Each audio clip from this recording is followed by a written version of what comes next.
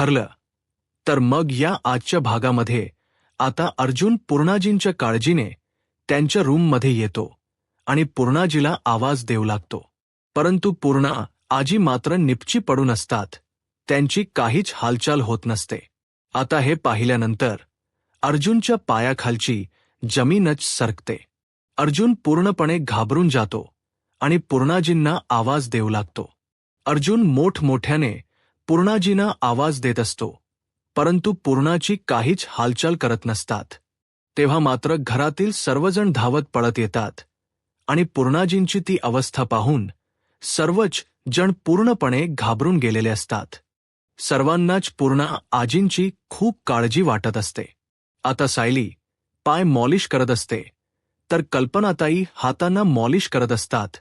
परंतु काही केल्या पूर्णाजी मात्र शुद्धीवर येत नसतात. तर कल्पनाताई आता अश्विनला म्हणू लागतात, अश्विन बघ ना पूर्णाजीला नक्की काय झालं आहे. आता अश्विन पूर्णांना चेक करतो. त्यानंतर हळूहळू पूर्णाजी डोळे उघडू लागतात. हळूहळू त्या शुद्धीवर येऊ लागतात आणि ते दृश्य पाहिल्यानंतर कुठेतरी सर्वांचा जीव शांत झालेला असतो. सर्वजण पूर्णाजींच्या काळजीने व्याकुळ झालेले असतात. थोड्या वेळानंतर पूर्णाजी शुद्धीवर येतात. आता पूर्णाजी शुद्धीवर येताच सायली पूर्णाजींना विचारते, पूर्णाजी तुम्हाला बरं वाटतं ना. पूर्णाजी म्हणतात, हो आता मी ठीक आहे. तर अस्मिता म्हणू लागते, पण काय होतंय नक्की पूर्णाजींना. तर अश्विन म्हणतो, तिचा बीपी थोडा लो झाला आहे, परंतु होईल नॉर्मल, काळजी करू नका. आता अश्विन पूर्णाजींना विचारतो, पूर्णाजी तुला बरं वाटतं ना. काय होतंय नक्की तुला. कशाचा त्रास होतोय. तर पूर्णाजी म्हणू लागतात, थोडी ग्लानी आल्यासारखं वाटतंय आणि डोकंही खूप जड झालंय, काहीच कळत नाहीये. तर अश्विन म्हणतो, पूर्णाजी तू झोपेची गोळी घेतली होतीस का, आणि ती कधी घेतली होतीस. हे ऐकल्यानंतर कल्पनाताई म्हणतात, अश्विन अरे पूर्णाई कधीच झोपेच्या गोळ्या घेत नाहीत. कारण देवाच्या कृपेने त्यांची झोप अगदी पूर्ण होते आणि खूप शांतही झोप लागते. त्यामुळे डॉक्टरांनी कधीही त्यांना झोपेची गोळी दिलीच नाहीये. मग झोपेची गोळी घेण्याचा प्रश्नच येत नाही. तर अश्विन म्हणू लागतो, परंतु पूर्णाजींची जी परिस्थिती आहे, तिला जो त्रास होतोय ते पाहिल्यानंतर असंच वाटते की पूर्णाजीने झोपेचीच गोळी घेतली असावी. तर आता अर्जुन म्हणू लागतो, परंतु हे कसं शक्य आहे. पूर्णाजी कधीच झोपेची गोळी घेत नाही, हे तर आपल्या सर्वांनाच माहीत आहे. तर आता अश्विन पूर्णाजींना विचारतो, पूर्णाजी जरा शांत हो आणि आठव, तू नक्की शेवटचं काय खाल्लं होतं. तर पूर्णाजी विचार करतात आणि म्हणू लागतात, शेवटचं काही खाल्लं तर नव्हतं. त्याचवेळी पूर्णाजींना आठवते, ती म्हणजे मैनावतीने दिलेली कॉफी. मैनावती पूर्णाजींना म्हणालेले असतात, पूर्णा आजी माझ्या हातची थोडी कॉफी प्याल का. अहो माझा मान राखण्यासाठी तरी. आता पूर्णा आजी त्यांचा शब्द राखण्यासाठी कॉफी प्यायला तयार होतात आणि मैनावतींनीच औषध टाकून पूर्णाजींसाठी कॉफी बनवून दिलेली असते. आणि त्यानंतरच पूर्णाजींना हा त्रास चालू झालेला असतो आणि त्याचवेळी पूर्णाजी बेशुद्ध पडलेले असतात. आता पूर्णाजी म्हणू लागतात, मैनावतीने मला कॉफी बनवून दिली होती. त्यानंतर ती मी कॉफी प्यायले आणि त्यानंतर मला तिथेच हॉलमध्येच गरगरल्यासारखं वाटू लागलं. परंतु त्यानंतर पुढे काय घडलं हे मला नाही आठवत. आता हे ऐकल्यानंतर सर्वांनाच धक्का बसतो. सायली, अर्जुन सर्वांच्या लक्षात येतं की हे सर्व काही त्या मैनावतीच्याच कारस्थान होतं. तर आता सायली म्हणू लागते, याचाच अर्थ त्या मैनावतीने पूर्णा आजीच्या कॉफीमध्ये काहीतरी मिसळून दिलं की ज्यामुळे पूर्णांना हा त्रास सुरू झाला. आता हे ऐकल्यानंतर अर्जुन म्हणतो, हे तर ते करूच शकतात. तर कल्पना ताई म्हणू लागतात, बापरे किती भयंकर माणसं होती ही. तर अस्मिता म्हणते, नाही तर काय, पैशासाठी एखाद्याचा जीव घ्यायलाही मागे पुढे पाहणार नाहीत ती ही लोक. तर त्याचवेळी विमल आता पूर्णाजींसाठी सूप घेऊन येते आणि म्हणू लागते, पूर्णाजी तुम्हाला बरं वाटतं ना. आता थोडं सूप पिऊन घ्या म्हणजे तुम्हाला अजून बरं वाटेल. तर पूर्णाजी म्हणतात, नाही नको काही खायची प्यायची इच्छाच नाहीये. तर अश्विन म्हणू लागतो, नाही पूर्णाजी, तुला हा सूप प्यावा लागेल. कारण तुझ्या पोटात असणारं इन्फेक्शन कमी होण्यासाठी तुझ्या पोटात काहीतरी जाणं खूप महत्वाचं आहे आणि म्हणूनच तुला हा सूप प्यावाच लागेल. तर आता कल्पनाताई सायलीला म्हणतात, सायली, तूच पूर्णाला सूप पाजू शकतेस. तू बस आणि सूप पाज बरं. आता सायली पूर्णाजींच्या बाजूला बसते आणि त्यांना मायेनेच ते सूप खाऊ घालते. आता पूर्णाजी शांतपणे सूप पित असतात. सर्वांनाच पूर्णांची काळजी वाटत असते, परंतु इकडे प्रिया मात्र शांत उभी असते. आता तिलाही पूर्णाजींची किती काळजी आहे हे दाखवून देण्यासाठी प्रिया नाटक करत अश्विनला म्हणते, अश्विन, माझी पूर्णाजी ठीक तर आहे ना? तिला काही त्रास तर होत नाही आहे ना? आणि आता ती बरी झाल्यानंतर पुन्हा तिला त्या औषधांचा त्रास तर होणार नाही ना? ती खूप घाबरल्याच नाटक करू लागते. तर अश्विन प्रियाला म्हणू लागतो, काळजी करू नकोस, पूर्णाजींना काहीही होणार नाही. आता पूर्णाजींची तब्येत अगदी ठीक आहे, परंतु पूर्णाजींच्या काळजीने अर्जुनचा जीव मात्र कासावीस झालेला असतो. पूर्णाजी शुद्धीवर आलेले असतात, परंतु अर्जुन मात्र अजूनही पूर्णाजींची काळजी घेत असतो. त्यांच्या बाजूला बसून असतो आणि नकळतच आता अश्विन अर्जुनच्या खांद्यावर हात ठेवतो आणि त्याला धीर देत त्याच्याकडे पाहू लागतो. आता अर्जुनलाही भरून आलेलं असतं. आता अर्जुन आणि अश्विन यांच हे नातं पाहून पूर्णाजींच्या डोळ्यातून आनंद अश्रू येतात. कल्पनाताई आणि सायली यांच्या चेहऱ्यावर गोड हसू आलेलं असतं. सर्वजण त्या दोघांकडे पाहू लागतात. तर अश्विन अर्जुनला म्हणू लागतो, दादा, काळजी करू नकोस, पूर्णाजी ठीक आहे. आपण सर्वजण घरात असताना आपल्या पूर्णाजीला काही होणार आहे का? आणि आपण कोणीही आपल्या पूर्णाजीला काहीच होऊ देणार नाही. आता पूर्णाजी अर्जुनचा हात हातात घेतात आणि म्हणू लागतात, मला साधी उचकी जरी लागली तरी माझ्या सुना, माझी नातवंड माझ्या सोबत असतात आणि तुम्ही सर्वजण माझ्या सोबत असताना मला काही होईल का? आणि हो, काळजी करू नका, मी अगदी ठीक आहे. मला अजून काय हवं आहे? तुम्ही सर्वजण माझ्यासोबत आहात हेच माझ्यासाठी खूप आहे. चला चला, आता मी अगदी ठीक आहे. तुम्ही सर्वजण आपापल्या कामाला लागा. ज्या तुम्ही आपापली काम करून घ्या. अर्जुन म्हणतो, नाही, मी कुठेही जाणार नाही. मी इथेच थांबणार आहे. तुला काही प्रॉब्लेम आहे का? तर पूर्णाजी म्हणू लागतात, नाही, अजिबातच नाही. असं म्हणत आता पूर्णाजी मायेनेच अर्जुनला जवळ घेतात. आता सायली पूर्णाजींना सूप पाजत असते. प्रिया मात्र मनाशीच रागाने म्हणू लागते, या म्हातारीला साधं गुंगीचं औषधं की झोपेची गोळी दिली तर एवढा मेलोड्रामा चाललाय आणि हा मूर्ख अश्विन जरा काही झालं की लगेच विरघळतो. असं म्हणत प्रियाला खूप राग आलेला असतो. तर दुसरीकडे पाहायला मिळतं, आता साक्षीच्या घरी सचिन टाइमपास म्हणून न्यूज पाहत असतो आणि त्याचवेळी साक्षी ड्रेस घालून तयार होऊन आता सचिनच्या समोर येते. सचिनच्या काही लक्ष नसतो. तर आता साक्षी खुणावूनच सचिनला आपल्याकडे पाहायला सांगते. आता सचिन ज्यावेळी साक्षीकडे पाहतो त्यावेळी मात्र सचिन पूर्णपणे साक्षीमध्ये हरवून गेलेला असतो. साक्षीचं ते सौंदर्य पाहून सचिनला काय बोलावं काहीच कळत नसतं. सचिन म्हणू लागतो, वाव, किती सुंदर दिसतेस तू. खरंच तुझ्याकडे पाहतच राहावं असंच वाटतंय. तर साक्षी म्हणते, खरंच या सगळ्यातून तुला माझ्याकडे पाहायला वेळ आहे का? मला तर वाटलं होतं की तुझ्याकडे माझ्यासाठी वेळच नसणार आहे. तर आता सचिन म्हणू लागतो, असं का बोलतेस तू सॅम? तुला काय वाटतंय मी रोमॅन्टिक नाहीये का? असं म्हणत आता सचिन साक्षीकडे पाहत असतो. साक्षी म्हणते, नाही, तसं काहीच नाही. असं म्हणत आता साक्षी सचिनच्या बाजूला बसते. तर सचिन विचारतो, पण मला एक सांग, तू एवढी तयार झाली आहेस आणि एवढी छान दिसतेयस, आज काही प्लॅन वगैरे आहे का बाहेर जायचा? साक्षी म्हणते, नाही, प्लॅन वगैरे काहीच नाही आणि बाहेर तर कुठेच जायचं नाहीये. आज मला फक्त तुझ्यासोबत वेळ घालवायचा आहे.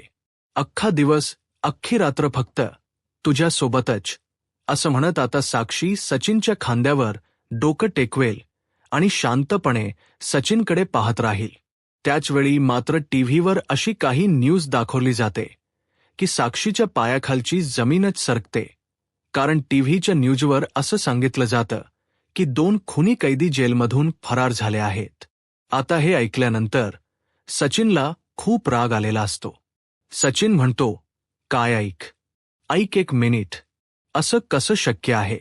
2 खुनी जेलमधून पळूनच कसे काय जाऊ शकतात? आता मात्र साक्षीला धक्काच बसतो.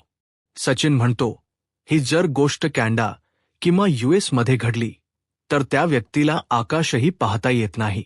त्याला अशी काही शिक्षा केली जाते की तो जेलमधून कधी जाऊच शकत नाही. परंतु मला कळत नाही की इथे असं कसं घडू शकतं आणि खून करणारी व्यक्ती अशी पळून तरी कशी जाऊ शकते. मला एक कळत नाही की ज्यावेळी एखादी व्यक्ती एखाद्याचा खून करते त्यावेळी त्याच्या मनात कसल्याच भावना नसतात का? त्याला वाटत नसतं का की आपल्यासारखीच ती सुद्धा व्यक्ती आहे आणि एखादी व्यक्ती समोरच्याचा खूनच कसा करू शकते? किती किळसवाणी आहे ही गोष्ट. मला तर या गोष्टीचा खूप राग येतो. त्या व्यक्तीचाच संताप येतो आणि अशांना जबरदस्त शिक्षा झाली पाहिजे. ती व्यक्ती कधीही समाजात दिसायलाही नको. असं म्हणताच आता मात्र साक्षी पूर्णपणे घाबरून गेलेली असते. साक्षीला काय बोलावं काहीच कळत नसतं. सचिनचा हा संताप पाहून साक्षी शांतच होते आणि त्याचवेळी सचिन साक्षीकडे पाहतो तर साक्षी निशब्द झालेली असते. आता मात्र सचिन टीव्ही बंद करतो आणि साक्षीला म्हणतो, सॉरी या सगळ्यामध्ये मी मात्र तुझा विचारच केला नाही सॅम. खरंच सॉरी. मला वाटलं नव्हतं की या सगळ्यामुळे तुला त्रास होईल ते. राहून दे सॅम, तू मला काय सांगत होतीस? आता मात्र साक्षी बोलते, नाही कुठे काय. खरं तर मला आठवतच नाहीये. सचिन म्हणतो, हो, तू मला काहीतरी सांगण्याचा प्रयत्न करत होतीस. सांग ना. साक्षी म्हणते, सांगितलं ना, खरंच आठवत नाहीये. तर सचिन म्हणतो, चालेल ठीक आहे. परंतु जेव्हा आठवेल तेव्हा सांगशील ना? तर आता साक्षी म्हणू लागते, हो, नक्की सांगेल. तर त्यानंतर सचिन साक्षीला म्हणू लागतो, सॅम, मला तुला काहीतरी विचारायचं आहे. आता मात्र साक्षी घाबरतच सचिनला विचारते, काय झालंय? काय विचारायचं आहे? तर सचिन म्हणतो, या कातिल लूकमध्ये तू फक्त माझाच जीव घेणार आहेस की आपण डिनरला गेल्यानंतर 2-3 जणांचा मर्डर करायचं तू ठरवलंच आहेस? आता मात्र साक्षी हसतच सचिनकडे पाहू लागते. सचिनही साक्षीवर फिदा झालेला असतो. तो अगदी प्रेमानेच साक्षीकडे पाहत असतो. साक्षीच्या त्या लूकमध्ये आता सचिन मात्र तिच्यामध्ये हरवून गेलेला असतो. तर साक्षी सचिनला म्हणू लागते, हो, जाऊयात, आपण डिनरसाठी जाणारच आहोत. परंतु सचिन, माझी एक रिक्वेस्ट होती की आपण इथे जवळपास कुठल्याही रेस्टॉरंटला जाऊया नको. कारण इथली जवळपासची रेस्टॉरंट मला आवडतच नाहीयेत आणि तिथली ती गर्दी अजिबातच सहन होत नाही. आपण दूर कुठेतरी जाऊयात की जिथे फक्त तू आणि मी आपण दोघेच असू.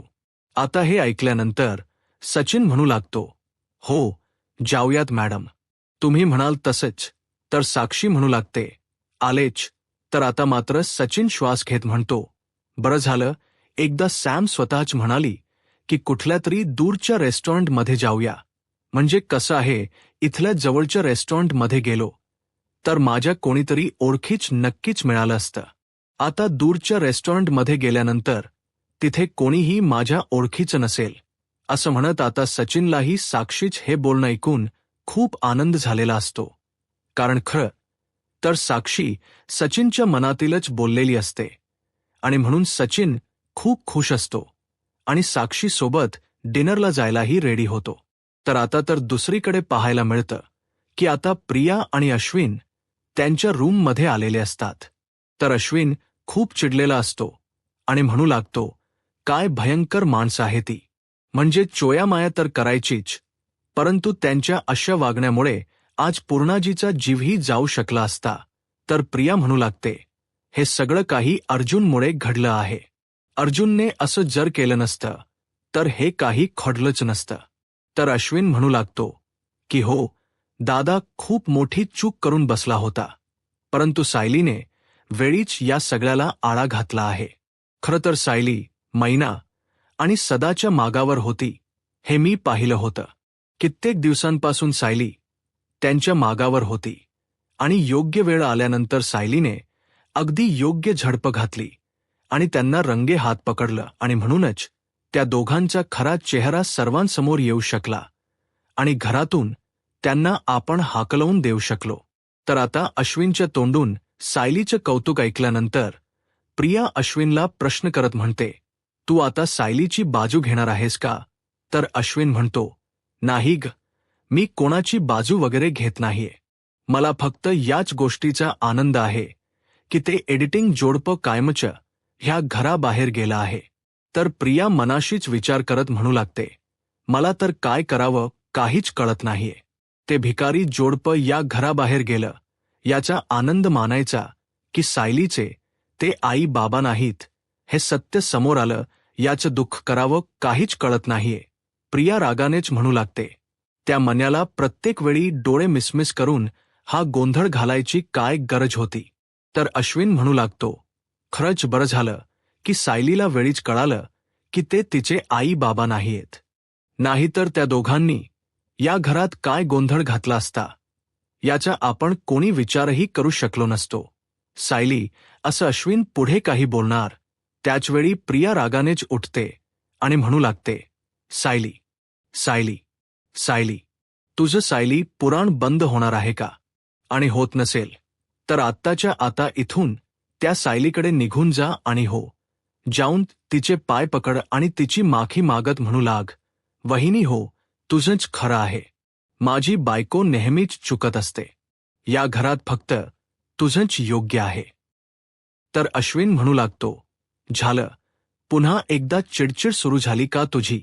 मी फक्त सायलीबद्दल बोललो की तुझी चिडचिड सुरू होते. परंतु या सगळ्याचा विचार करून तू एवढ्या टोकाचा निर्णय का घेत असतेस आणि एवढ्या टोकाला का जातीस? मी फक्त एवढंच म्हणालो होतो की आज जे काही घडलं आहे ते सुभेदारांच्या फायद्याचंच घडलं आहे. तर प्रिया म्हणू लागते, अरे हो, परंतु या सगळ्याचं क्रेडिट त्या सायलीलाच द्यायची काय गरज आहे? प्रत्येक वेळी घरात काही घडलं आणि चांगलं झालं की या सगळ्याचं क्रेडिट फक्त त्या सायलीलाच द्यायचं हे तुम्ही सगळ्यांनी ठरवूनच ठेवलं आहे का? आज जे काही घडलं आहे त्याचं क्रेडिट तुम्ही सर्वजण त्या सायलीलाच देत आहात. परंतु या ठिकाणी मी जरी असते आणि त्यांचा खरा चेहरा माझ्या समोर आला असता तर मी सुद्धा हेच केलं असतं. मी काय, माझ्या जागी कोणीही असतं तरी या सिच्युएशनमध्ये ती व्यक्ती असंच वागली असती. परंतु नाही, तुम्हा सगळ्यांना सायलीलाच या सगळ्याचा क्रेडिट द्यायचा आहे ना, तर मी तरी काय करणार? तर अश्विन म्हणू लागतो, तू जरा शांत होशील का? तू एवढी पॅनिक का होतीयस? आणि हो, आता शांत हो, कारण या सगळ्यामुळे आपल्या दोघांमध्ये वाद नको आहेत. आपल्या दोघांमध्ये मला भांडण नको आहेत. चल, मी आलोच, असं म्हणत अश्विन तिथून निघून जातो. प्रियाची मात्र खूप चिडचिड होत असते. तिला काय करावं काहीच कळत नसतं, कारण प्रियाचे सर्व प्लॅन सायलीने हाणून पाडलेले असतात. तर दुसरीकडे पाहायला मिळतं, आता सायली आणि अर्जुनही त्यांच्या रूममध्ये आलेले असतात. जो काही प्रकार घडलेला असतो त्यामुळे सायलीला खूप त्रासही झालेला असतो.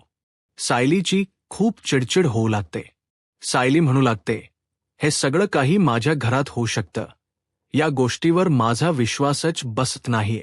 ते लोखंडे या घरात फक्त चोरीमारी करून गेले नाहीयेत, तर त्यांनी आज पूर्णाजींचा जीव घेण्याचा प्रयत्न केला आणि हे सगळं काही माझ्यामुळेच घडलं आहे. वेळीच जर मी त्यांना घराबाहेर काढलं असतं ना तर हा प्रकार घडलाच नसता. हे सगळं काही माझ्या मूर्खपणामुळे घडलं आहे. तर अर्जुन म्हणू लागतो, तुझ्या नाही तर माझ्या. मी उतावळेपणा केला आणि त्यांना घाईघाईने या घरात घेऊन आलो आणि म्हणूनच हे सगळं काही घडलं. मला वाटलं होतं की हे तुझे आई बाबा असतील, पण मी खरं तर तुझ्यावरही विश्वास ठेवला नाही. तुलाही त्यांच्याबद्दल संशय येत होता. तुलाही तुझे आई बाबा आहेत यावर विश्वास बसत नव्हता. खरं तर तुझ्याही बोलण्यावर मी विश्वास ठेवायला हवा होता. नाहीतर हे सगळं काही घडलं नसतं. तर सायली म्हणू लागते, काही का होईना, परंतु त्या लोकांनी या घरात येऊन काही धिंगाणा घातला आहे, तो मात्र मी कधीच विसरू शकत नाही. त्यांनी या घरातील सर्वांना जो काही त्रास दिला आहे ना, तो खरंच खूप विचित्र होता. अर्जुन म्हणू लागतो, हे सगळं काही माझ्यामुळेच घडलं आहे. सायली म्हणते, तरी सुद्धा ती लोक या घरात आली त्यावेळेस आपण ओळखायला हवं होतं. अहो, ती कशी वागत होती. ती लोक फक्त पैशासाठी हापापलेली होती. चोया करणे हा तर त्यांचा धंदाच होता. सायलीला आता भाऊबीजीचा क्षण आठवू लागतो. आता सायली म्हणू लागते, ते दोघे काही कमी होते आणि म्हणून त्यांच्या मुली इथे आल्यात आणि चांगलाच पैसा लुबाडून घेऊन गेल्या आहेत.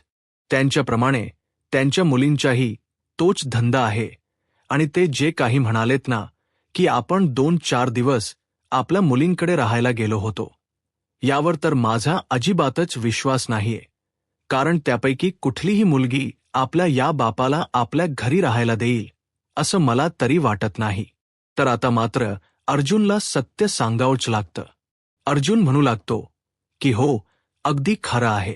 त्यातील कुठलीही मुलगी त्यांना आपल्या घरी राहायला घेऊ शकत नाही. हा तुझा अंदाज अगदी खरा आहे. कारण काही दिवसांसाठी ते आपल्या मुलींच्या घरी गेलेच नव्हते, तर ते पोलीस कस्टडीत होते. आता हे ऐकल्यानंतर सायलीला धक्काच बसतो. सायली विचारते, काय? तर अर्जुन म्हणतो की हो.